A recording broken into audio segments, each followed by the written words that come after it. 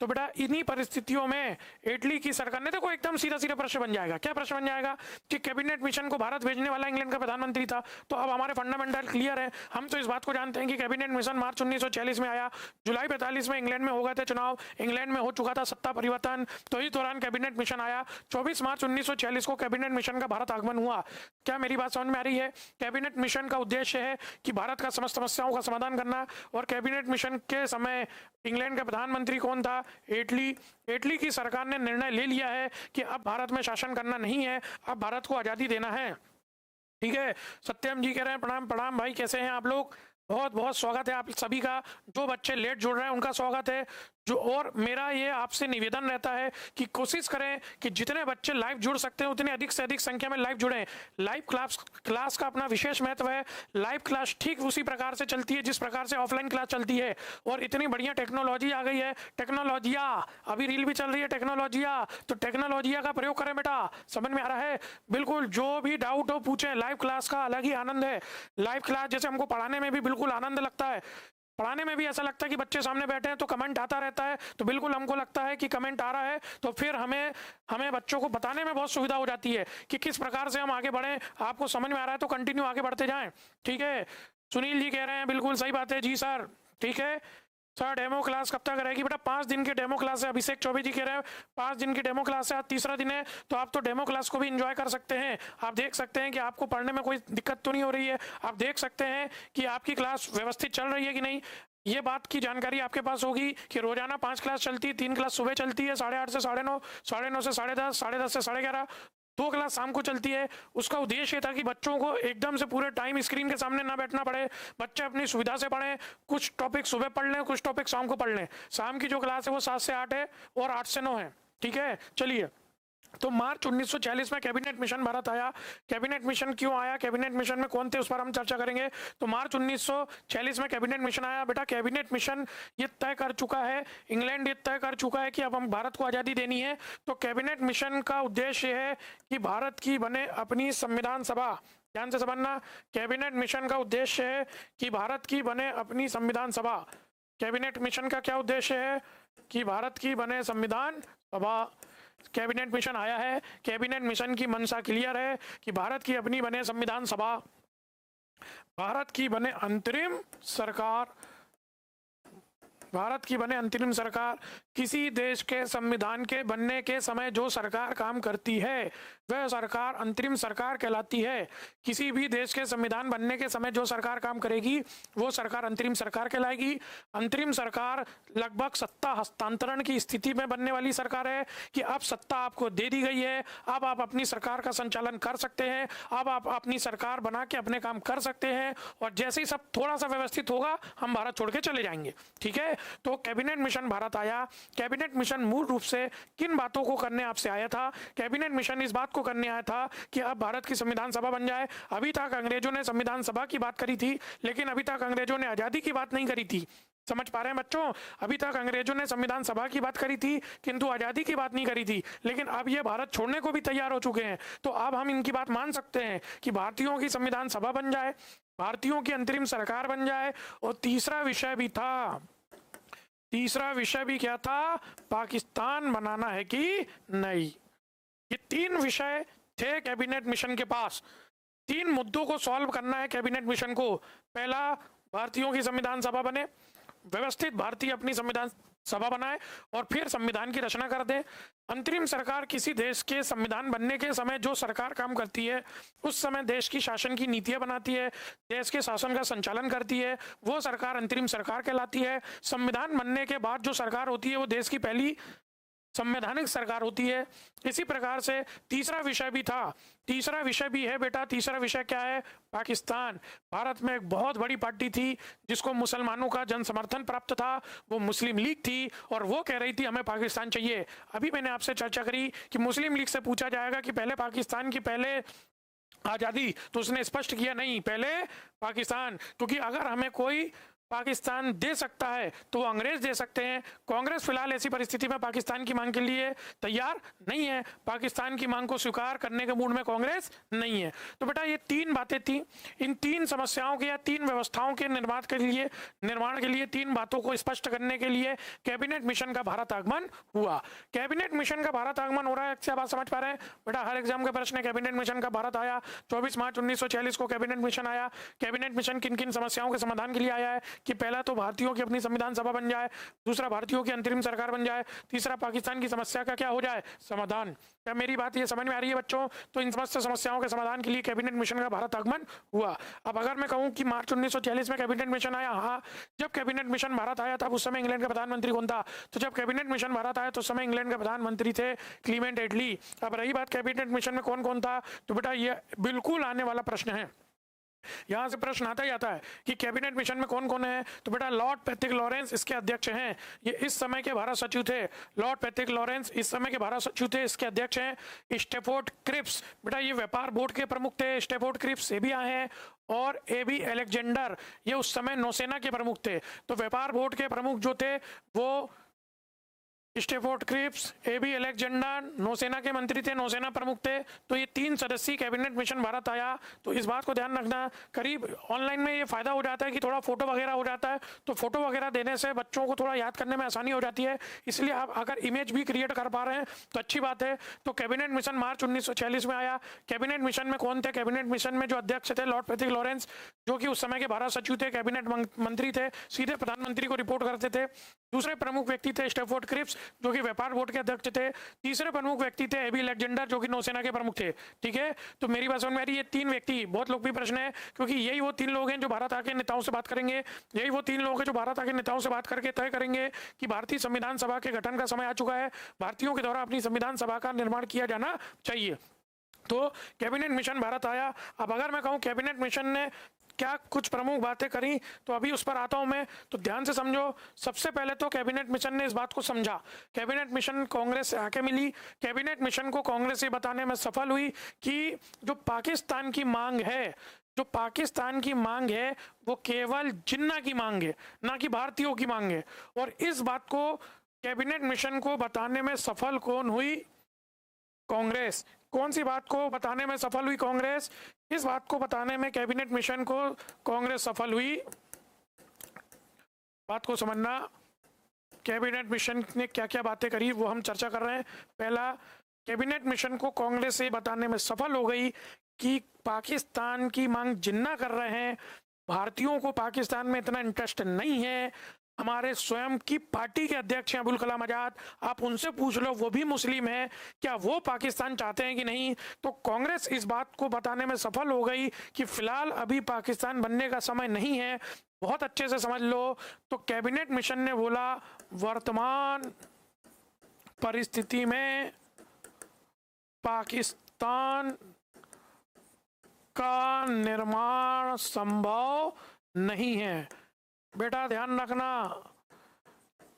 क्या cabinet mission Pakistan बनाने की अनुमति देगा?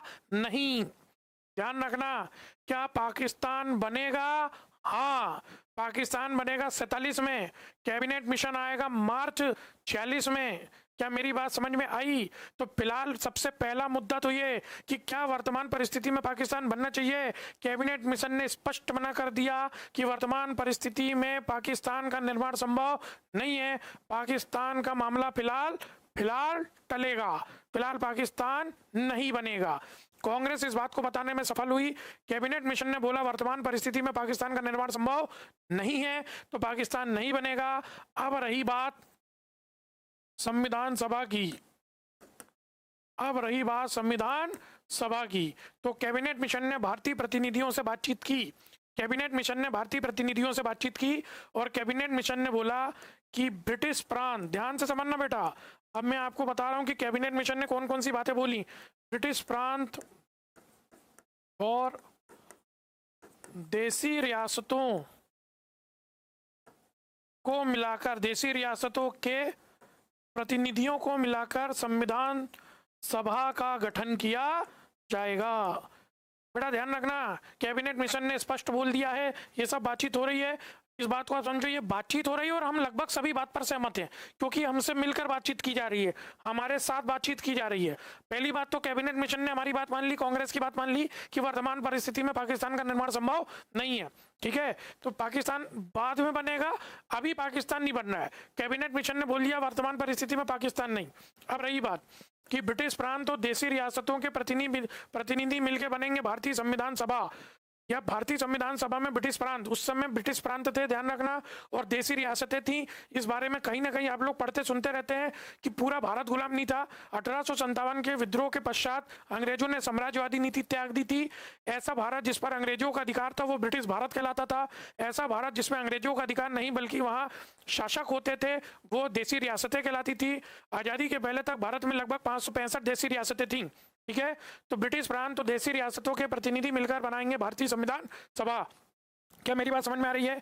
इसी प्रकार से, क्योंकि संविधान सभा में समस्त वर्ग के प्रतिनिधि शामिल होने चाहिए, क्योंकि मुस्लिम लीग लगातार ये बोल रही है कि भारत में हिंदुओं का शासन रहेगा, हिंदू बहुसंख्यक हैं तो हिंदुओं की सत्ता रहेगी, मुसलमानों की स्थिति अच्छी नहीं रहेगी। तो इस बात को ध्यान में रखते हुए कहा गया कैबिनेट मिशन के द्वारा कि जो संविधान सभा के सदस्य रहेंगे उसको 3 समूह में बांटा जाएगा, एक सामान्य, दूसरे मुस्लिम और तीसरे सिख।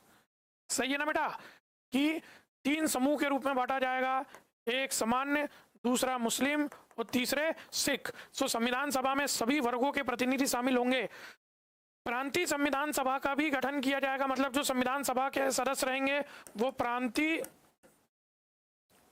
विधान सभा या प्रांतीय संविधान सभा के सदस्य भी रहेंगे। प्रांतीय संविधान सभा कहने का तात्पर्य है कि प्रांतीय संविधान सभा का भी गठन किया जाएगा जो प्रांतों के लिए संविधान की रचना करेगी। बहुत अच्छे से समझते जाए बेटा, मैं आपको बता रहा हूं कि किस प्रकार से कैबिनेट मिशन जो आया है वो अपनी संस्तुतियां दे रहा है। ठीक है, उसी प्रकार से, ठीक है, प्रांतों को 3 वर्गों में बांटा जाएगा, या प्रांतों को, प्रांतीय या प्रांतों को 3 वर्गों में बांटा जाएगा।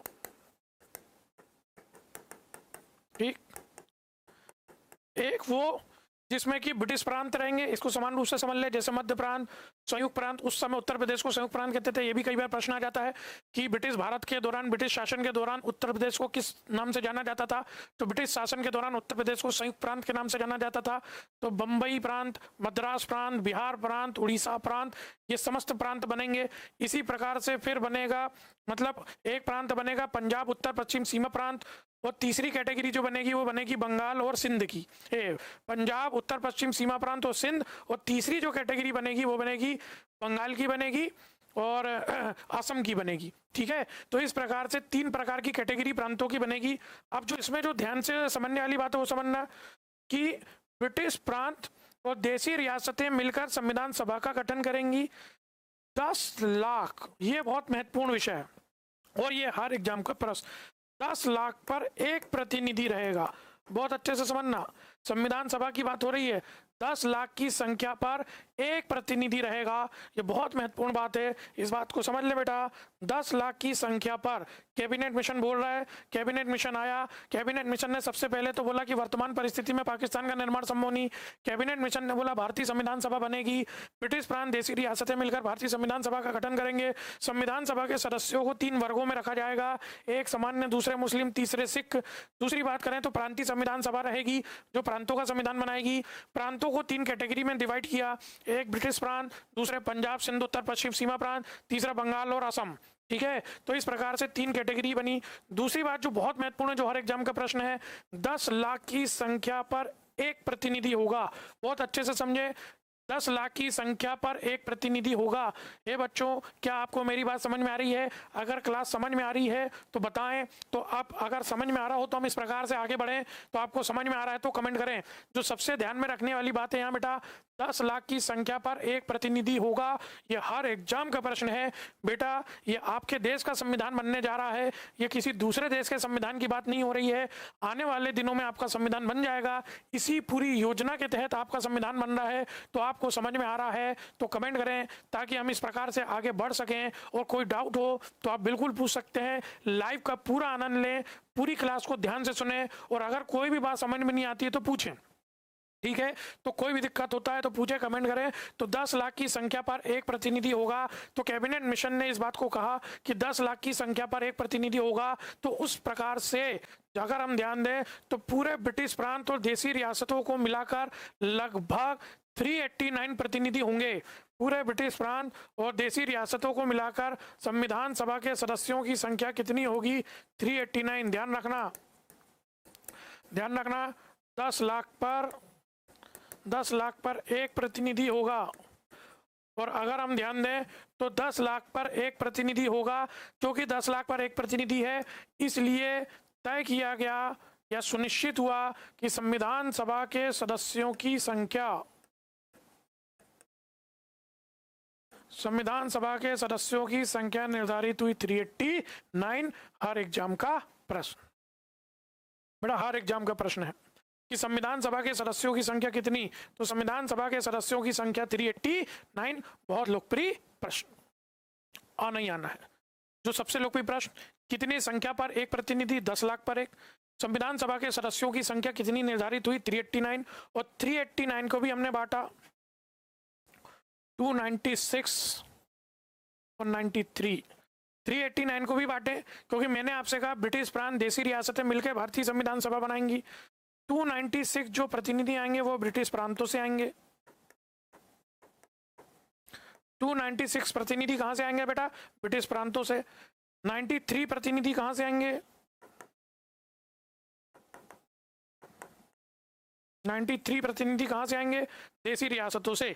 ठीक है, तो 296 ब्रिटिश प्रांत, 93 जोड़ लें आप, अगर जोड़ रहे होंगे तो 389 आ रहा होगा। तो 10 लाख पर एक, 296 ब्रिटिश प्रांत, 93 देसी रियासतों से। अब ब्रिटिश प्रांतों के प्रतिनिधि भी कैसे आएंगे? तो बेटा 292 प्रांतीय विधानसभा के द्वारा प्रांतों से, और जो 4 थे वो आएंगे बेटा दिल्ली, अजमेर, कुर्ग, बलूचिस्तान। ध्यान रखना, ये सब प्रश्न है। दिल्ली, अजमेर, कुर्ग, बलूचिस्तान, ये कहलाते थे बेटा ब्रिटिश कमिश्नरी क्षेत्र। ये सब अभी आपको पीपीटी में भी दिख जाएगा। ठीक है, पीपीटी में दिख जाएगा, हम एक प्रकार से रिवीजन कर लेंगे। तो बेटा प्रांतीय संविधान सभा जो बनेंगी उसमें टोटल सदस्यों की संख्या कितनी रहेगी? 389। जो संविधान सभा के सदस्य 389 कहां से आएगा बेटा? 10 लाख पर एक प्रतिनिधि आएगा। और अगर हम 389 को बांटे तो 296, 93, 296 कहां से आएंगे? ब्रिटिश प्रांतों से। 93 कहां से आएंगे? देसी रियासतों से। 296 को भी 2 भागों में बांटेंगे, 292 प्रांतों के और 4 थे ब्रिटिश कमिश्नरी क्षेत्र। ब्रिटिश कमिश्नरी क्षेत्र ठीक वैसा ही है बेटा जैसे वर्तमान में आपके केंद्र शासित प्रदेश हैं। तो जैसे केंद्र शासित प्रदेश से पूरा संचालन केंद्र के द्वारा चलाया जाता है, उस समय प्रांतीय सरकारें होती थी, प्रांतीय गवर्नर होते थे, लेकिन उसके बावजूद भी कुछ ब्रिटिश कमिश्नरी क्षेत्र होते थे। दिल्ली, अजमेर, कुर्ग, बलूचिस्तान, ये ब्रिटिश कमिश्नरी क्षेत्र थे। तो इस प्रकार से संविधान सभा को 2 भागों में बांटा गया, एक ब्रिटिश प्रांतों के प्रतिनिधि, दूसरे देसी रियासतों के प्रतिनिधि। मुद्दा ये आया कि अब संविधान सभा के सदस्यों का निर्वाचन कैसे, संविधान सभा के सदस्यों का निर्वाचन कैसे किया जाएगा? क्या मेरी बात आप लोग समझ पा रहे हैं बच्चों? मुद्दा ये है, देखो, एक हो सकता है कि आप मनोनीत कर दो, मनोनीत कर दो, ठीक है, मनोनयन कर दो भाई, कि कोई कुछ जानकारी रखता है, कोई वकील है, कोई इस विषय का जानकार है, तो आपके ज्ञान के आधार पर हम आपको मनोनीत कर दे रहे हैं संविधान सभा में। लेकिन हम नहीं चाहते हैं कि भाई मनोनयन के माध्यम से हमारा संविधान बने, तो हम इसे स्वीकार नहीं करेंगे। फिर ये भी हो सकता है कि पार्टी अपने अपने प्रतिनिधि भेज दें, जिस पार्टी ने जिस पार्टी के जितने जहां पर प्रतिनिधि रहे हैं, जैसी उनकी संख्या है, जैसा उनका जनता पे विश्वास है या जनता का उन पर जैसे विश्वास है, तो पार्टी अपने प्रतिनिधि भेज दे। हर पार्टी से कुछ कुछ लोगों को हम शामिल कर लेंगे, सबसे बड़ी कांग्रेस को शामिल कर लेंगे। लेकिन बात ध्यान से समझना, ये भारत का संविधान है, पार्टी का संविधान नहीं है। तो हमने तय किया कि हमारी संविधान सभा का क्या होना चाहिए? निर्वाचन। अब निर्वाचन बेटा देखो कैसे हो सकता है। निर्वाचन या तो प्रत्यक्ष हो सकता है, या तो निर्वाचन क्या हो सकता है? अप्रत्यक्ष। क्या मेरी बात समझ में आ रही है? या तो निर्वाचन प्रत्यक्ष हो सकता है, या तो निर्वाचन कैसा हो सकता है? अप्रत्यक्ष। तो हमने तय किया कि उस समय प्रत्यक्ष निर्वाचन की कोई व्यवस्था नहीं थी, बेटा प्रत्यक्ष निर्वाचन की कोई व्यवस्था नहीं थी। प्रत्यक्ष निर्वाचन वो होता है जहां जनता सीधे अपने प्रतिनिधि का निर्वाचन करती है, जहां जनता सीधे मतदान में भाग लेती है, जहां जनता सीधे वोट देती है। जैसे भारत में लोकसभा का चुनाव प्रत्यक्ष, भारत में विधानसभा का चुनाव प्रत्यक्ष, आपके गांव में मध्य प्रदेश में अगर हम ध्यान दें तो मध्य प्रदेश में पंचायत में सरपंच का चुनाव प्रत्यक्ष, पंचों का चुनाव प्रत्यक्ष। तो प्रत्यक्ष वो चुनाव कहलाता है जहां जनता सीधे अपने प्रतिनिधि चुनती है।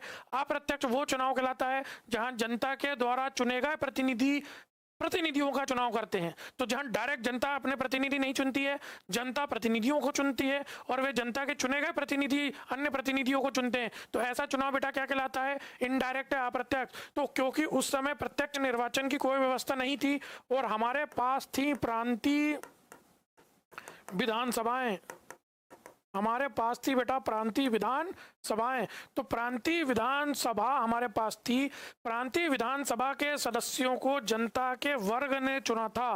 ध्यान रखना,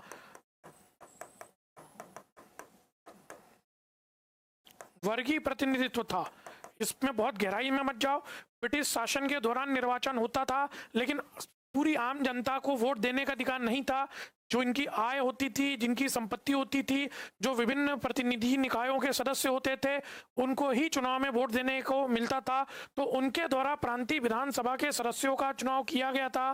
प्रांतीय विधानसभा हमारे पास थी लगभग, उस समय हम ध्यान दें तो 1400 लगभग हमारे पास ऐसे प्रतिनिधि थे जो विभिन्न प्रांतों के प्रतिनिधि थे। तो हमने इस बात को माना कि वर्तमान परिस्थिति में संविधान सभा का प्रत्यक्ष चुनाव संभव नहीं है। बहुत अच्छे से समझ लो बेटा, ये आपके देश के संविधान की बात हो रही है, भारत देश के संविधान सभा के गठन की बात चल रही है। तो उस समय हम इस बात को मान रहे थे कि वर्तमान परिस्थिति में प्रत्यक्ष निर्वाचन की व्यवस्था संभव नहीं है। वर्तमान परिस्थिति में प्रत्यक्ष रूप से संविधान सभा का गठन नहीं हो सकता। हाँ, ये जरूर हो सकता है कि हमारे पास 1400 नहीं 1500 लगभग 1500 प्रांतीय विधानसभा के सदस्य हैं और इनको जनता के वर्ग ने चुना है।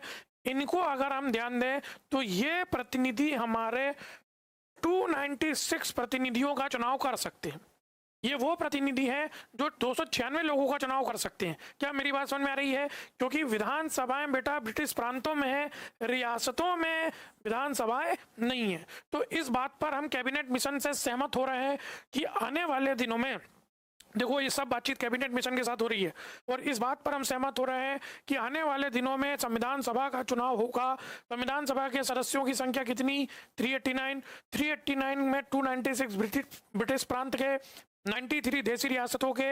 अब रही बात संविधान सभा कैसे बनेगी, तो संविधान सभा बेटा निर्वाचित होनी चाहिए। देश के संविधान की बात हो रही है। अगर जनता के प्रतिनिधि ही संविधान का निर्माण नहीं करेंगे तो जनता उस संविधान का पालन नहीं करेगी, इसमें कोई दो राय नहीं है। कांग्रेस का संविधान नहीं है, देश का संविधान है। देश की संविधान सभा का गठन करना है, इसलिए तय हो रहा है कि संविधान सभा का निर्वाचन होना चाहिए। अब निर्वाचन या तो प्रत्यक्ष हो सकता है या तो अप्रत्यक्ष हो सकता है। प्रत्यक्ष निर्वाचन की व्यवस्था में बहुत समय लग जाता, तो अप्रत्यक्ष निर्वाचन संभव है, बिल्कुल संभव है। उस समय हमारे पास लगभग 1500 प्रतिनिधि थे। ये प्रांतीय विधानसभा के सदस्य थे।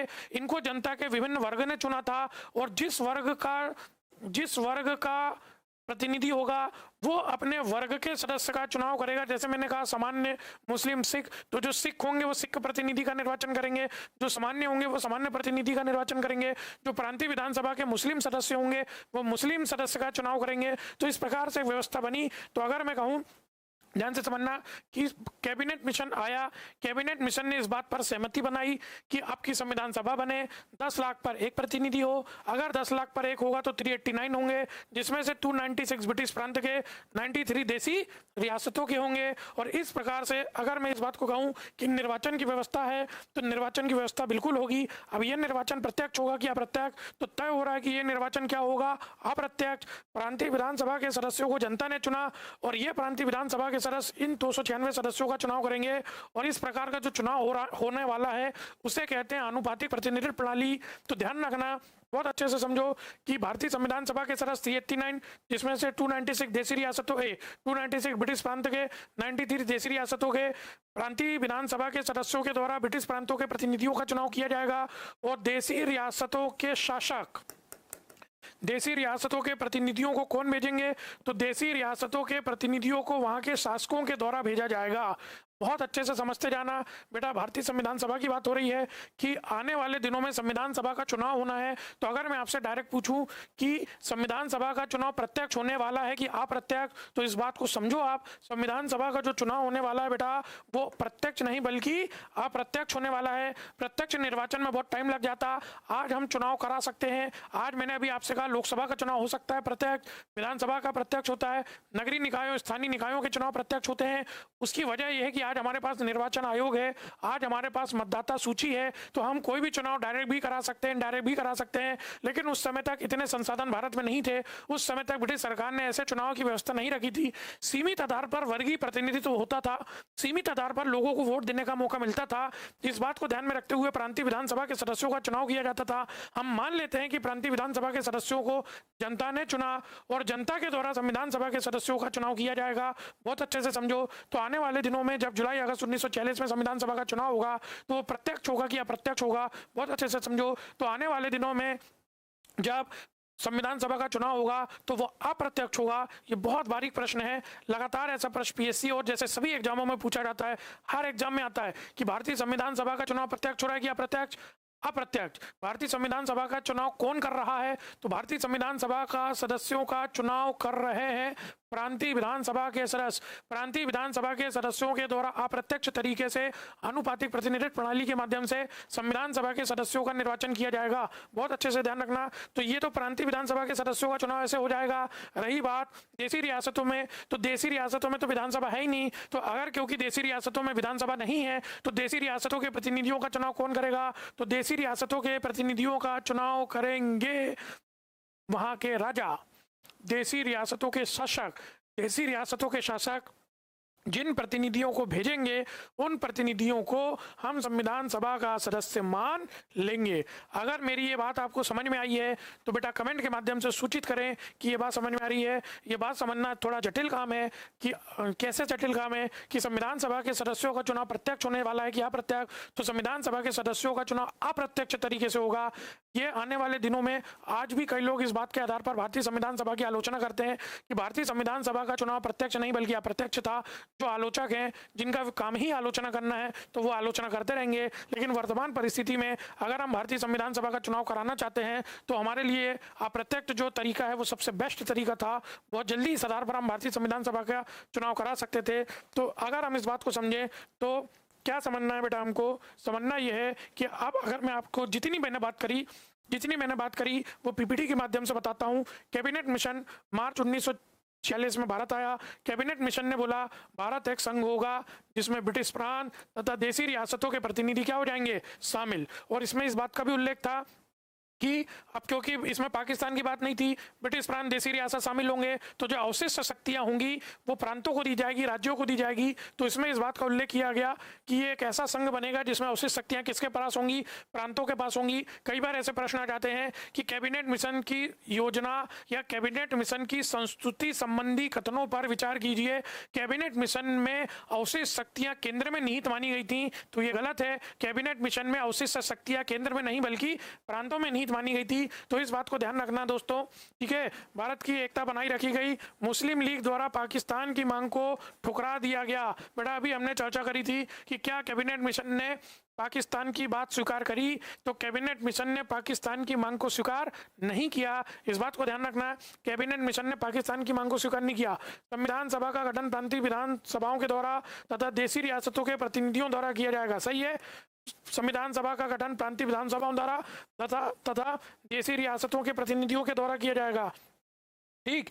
इनमें प्रांतीय विधानसभा के सदस्य संविधान सभा के सदस्यों का चुनाव अप्रत्यक्ष रूप से किया जाएगा। ये बहुत काम का पॉइंट है कि संविधान सभा के सदस्यों का चुनाव प्रत्यक्ष किया गया कि अप्रत्यक्ष। अभी हमने चर्चा करी कि संविधान सभा के सदस्यों का चुनाव बेटा किस रूप में किया जाएगा? अप्रत्यक्ष रूप से किया जाएगा, ना कि वयस्क मताधिकार के आधार पर। जनरली हम इस बात को समझते हैं कि आज की स्थिति में भारत में जो निर्वाचन प्रणाली है उसे हम वयस्क मताधिकार प्रणाली कहते हैं।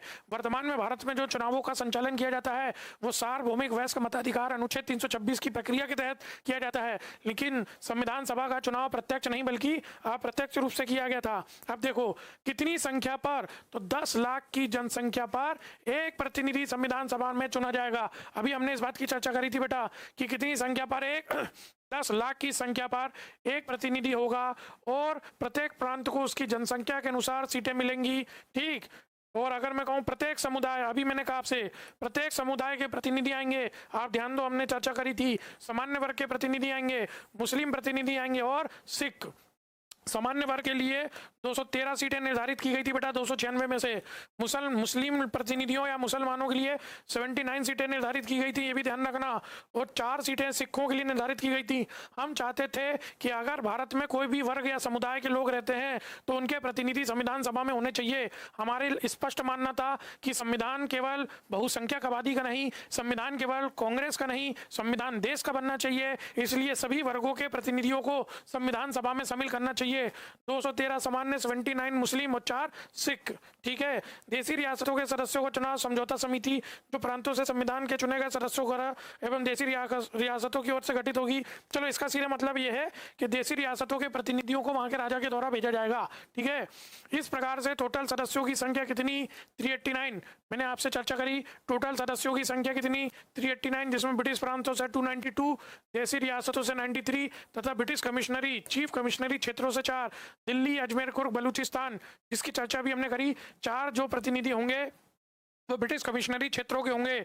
इसी प्रकार से समुदाय के आधार पर विभाजित किया गया। अब भी मैंने आपको बताया 213 समान, 79 मुस्लिम, 4 सिख। प्रांतों को 3 भागों में बांटा गया। मैंने कहा था भाग 1, भाग का, भाग खा, भाग गा।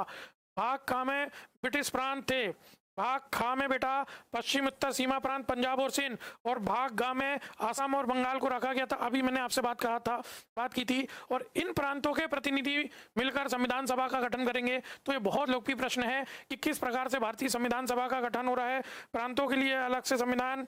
ठीक है, तो इस प्रकार से बेटा भारतीय संविधान सभा का गठन होना है। मुद्दा यह है कि क्या कांग्रेस कैबिनेट मिशन की योजना को मानेगी, क्या कांग्रेस के द्वारा कैबिनेट मिशन की योजना को माना जाएगा। मार्च 1946 में कैबिनेट मिशन भारत आया। जून 1946 में कांग्रेस और मुस्लिम लीग दोनों ने कैबिनेट मिशन की योजना को स्वीकार किया। ध्यान रखना, जून 1946 में कांग्रेस मुस्लिम लीग दोनों के द्वारा कैबिनेट मिशन की योजना को स्वीकार किया गया। और इस बात को ध्यान में रखकर जुलाई 1946 में हुआ भारत में संविधान सभा का चुनाव। बहुत अच्छे से ध्यान रखना, मार्च में कैबिनेट मिशन भारत आया। जितनी बात अभी हमने करी बेटा वो सब कैबिनेट मिशन के प्रस्ताव थे। और जून 1946 में कैबिनेट मिशन के प्रस्तावों को हमने स्वीकृत किया। मैंने आपसे पूरी बात चर्चा करी थी बेटा, आप देखोगे तो ये पूरा अपन ने चर्चा किया कि किस प्रकार से संविधान सभा का गठन होगा। 10 लाख पर एक होगा, 389 सदस्य होंगे, 296 ब्रिटिश प्रांतों से, 93 देशी रियासतों से। ब्रिटिश प्रांतों का चुनाव अप्रत्यक्ष रूप से प्रांतीय विधानसभा के द्वारा किया जाएगा। इसी प्रकार से 3 वर्ग के प्रतिनिधि आएंगे, सामान्य, मुस्लिम, सिख। इस पर भी सहमति बनी। और जैसे 213 समान, 79 मुस्लिम, 4 सिख। प्रांतों को 3 भागों में बांटा गया, भाग का, भाग खा, भाग गा।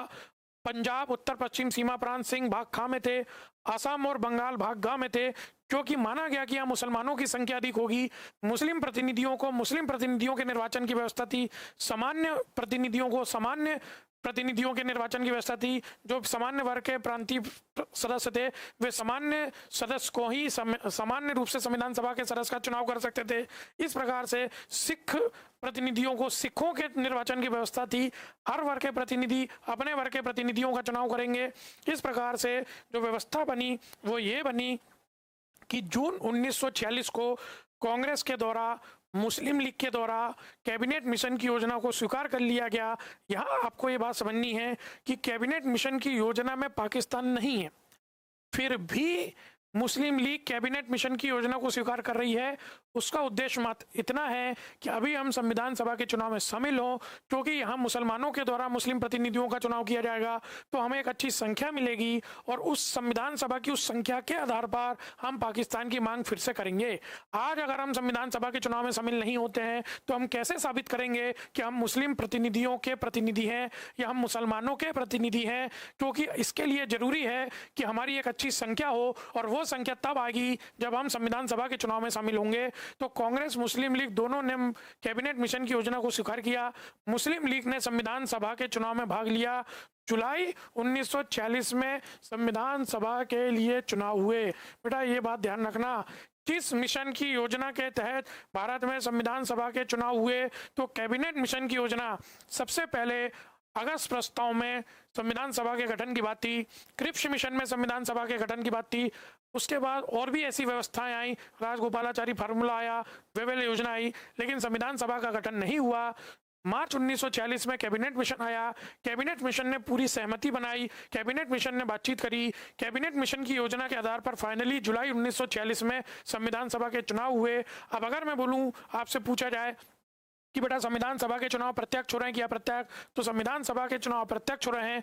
कौन कर रहा है? प्रांतीय विधानसभा के सदस्य, ठीक है। और अगर हम इसमें ध्यान दें तो सामान्य वर्ग की 213 सीट थी, सामान्य वर्ग की 213 सीट थी, जिसमें टोटल कांग्रेस को मिली 208। ध्यान रखना, टोटल कांग्रेस को सीटों की संख्या मिली 208। 208 में इसलिए कह रहा हूं बेटा, 199 तो मिली और बाकी 9 स्थानों पर कांग्रेस के समर्थित उम्मीदवार बने, कांग्रेस के समर्थित उम्मीदवार जीते। तो टोटल सीटें कांग्रेस को मिली 208। ध्यान रखना, जो 199 थी वो तो थी, बाकी कांग्रेस के सहयोग के जो उम्मीदवार थे वो चुनाव जीते। तो टोटल कांग्रेस को सीटें मिली 208। तो इस प्रकार से हम कहते हैं कि कांग्रेस को एक बहुत बड़ी सफलता प्राप्त हुई। कांग्रेस भारत की पार्टी थी, कांग्रेस ने राष्ट्रीय आंदोलन में अपना एक बहुत बड़ा योगदान दिया था। किंतु अगर ध्यान दो आप, तो 79 सीटें मुस्लिम की थी।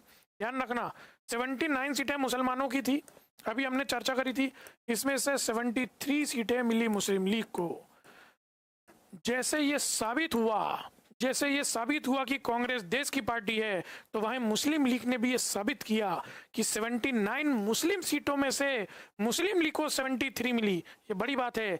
ये वो सीटें हैं जिसमें कांग्रेस ने भी चुनाव लड़ा। ध्यान रखना, ये वो सीटें हैं जो कांग्रेस ने भी चुनाव लड़ा। कांग्रेस ने यहाँ भी लड़ा, यहाँ भी लड़ा। यहाँ तो कांग्रेस को 213 में से 208 मिल गई, लेकिन 79 जो मुसलमानों के लिए निर्धारित सीटें थी, उसमें मुस्लिम लीग को 73 सीटें मिली। इस बात से जिन्ना बहुत प्रसन्न हुए। और अगर हम ध्यान दें तो जुलाई 1946 में भारतीय संविधान सभा का चुनाव हुआ। संविधान सभा का चुनाव किस मिशन की योजना के तहत हुआ? कैबिनेट मिशन की योजना के तहत हुआ। अन्य पार्टी जैसे यूनियनिस्ट पार्टी, ठीक है, फिर शेड्यूल कास्ट पार्टी, कृषक प्रजा पार्टी, अन्य पार्टियों की लगभग एक सीटें थी, लेकिन सबसे ज्यादा सीट किसी पार्टी की थी वो कांग्रेस। टोटल कांग्रेस को 208 सीट मिली। मुस्लिम लीग को कितनी सीट मिली? 73 सीट मुस्लिम लीग को मिली। और ये बात मोहम्मद अली जिन्ना और मुस्लिम लीग के लिए बहुत महत्वपूर्ण साबित हुई। और इसी के बाद जिन्ना का कॉन्फिडेंस बहुत बढ़ गया। और अब जिन्ना इस बात को समझ गए कि अब पाकिस्तान की मांग को कोई नहीं रोक सकता, अब हम पाकिस्तान लेके रहेंगे। संविधान भारत का नहीं, संविधान भारत और पाकिस्तान का बनना चाहिए। ये 73 लोग ये भारत के संविधान सभा में शामिल नहीं होंगे, ये वो 73 लोग होंगे जो अब बोलेंगे हमें पाकिस्तान चाहिए। और इसी घटना के पश्चात या इसी चुनाव के पश्चात 16 अगस्त 1946 को जिन्ना के द्वारा कलकत्ता में भाषण दिया जाएगा। ध्यान रखना, संविधान सभा के चुनाव के पश्चात 16 अगस्त 1946 को जिन्ना के द्वारा कलकत्ता में भाषण दिया जाएगा। और इसी भाषण के पश्चात जिन्ना एक निर्णय लेंगे और जिन्ना के द्वारा बनाया जाएगा सीधी कार्रवाई दिवस। 16 अगस्त 1946 या इसी को कहते हैं प्रत्यक्ष कार्रवाई दिवस। और इसी दिन से शुरू हो जाएंगे सांप्रदायिक दंगे, इसी दिन से शुरू हो जाएंगे सांप्रदायिक दंगे। संविधान सभा का चुनाव तो हुआ ही, लेकिन साथ में भारत में दंगे भी प्रारंभ हो गए। और इस दौरान 16 अगस्त 1946 को जिन्ना ने कलकत्ता में भाषण दिया और इसी दिन से सीधी कार्रवाई दिवस, प्रत्यक्ष कार्रवाई दिवस मनाने का निर्णय लिया। और इसी दिन से भारत और बंगाल और आसपास के क्षेत्रों में दंगे शुरू हो गए। MPPSC ने एक बार पूछा कि सीधी कार्रवाई दिवस या प्रत्यक्ष कार्रवाई दिवस किस तिथि को मनाया गया, तो 16 अगस्त 1946 को सीधी कार्रवाई दिवस बनाया गया। तो इस बात को बेटा ध्यान रखना। तो कुल मिला के संविधान सभा का चुनाव हुआ। आज की क्लास में हमने देखा कि कैबिनेट मिशन कब आया, मार्च 1946 में आया। आज की क्लास में हमने देखा कि कैबिनेट मिशन ने कौन कौन सी योजना लाई, कैबिनेट मिशन ने किन किन संस्तुतियों को भारत के लिए कहा और उस समस्त संस्तुतियों को हमने स्वीकृति प्रदान की। उसके अनुसार भारत में जुलाई 1946 में संविधान सभा के चुनाव हुए। कांग्रेस को बड़ी सफलता मिली, लेकिन देश के लिए दुर्भाग्य इस बात का था कि कांग्रेस के साथ साथ मुस्लिम लीग को भी सफलता मिली। मुस्लिम लीग का कॉन्फिडेंस चरम पर था, जिन्ना का आत्मविश्वास चरम पर था और जिन्ना ने कलकत्ता में भाषण दिया, इसके बाद भारत में चालू हो गए दंगे। आज की क्लास में हमने यहाँ तक देखा दोस्तों। इसके पश्चात कल की क्लास में हम देखेंगे कि किस प्रकार से सितंबर में अंतरिम सरकार बनी, अंतरिम सरकार में मुस्लिम लीग शामिल हुई कि नहीं हुई, संविधान सभा के चुनाव में तो मुस्लिम लीग शामिल हुई लेकिन संविधान सभा की बैठकों में मुस्लिम लीग शामिल नहीं होगी। तो कल की क्लास में हम इसके आगे का अध्ययन करेंगे। आज की क्लास के लिए बहुत बहुत धन्यवाद। गुड नाइट, शुभ रात्रि।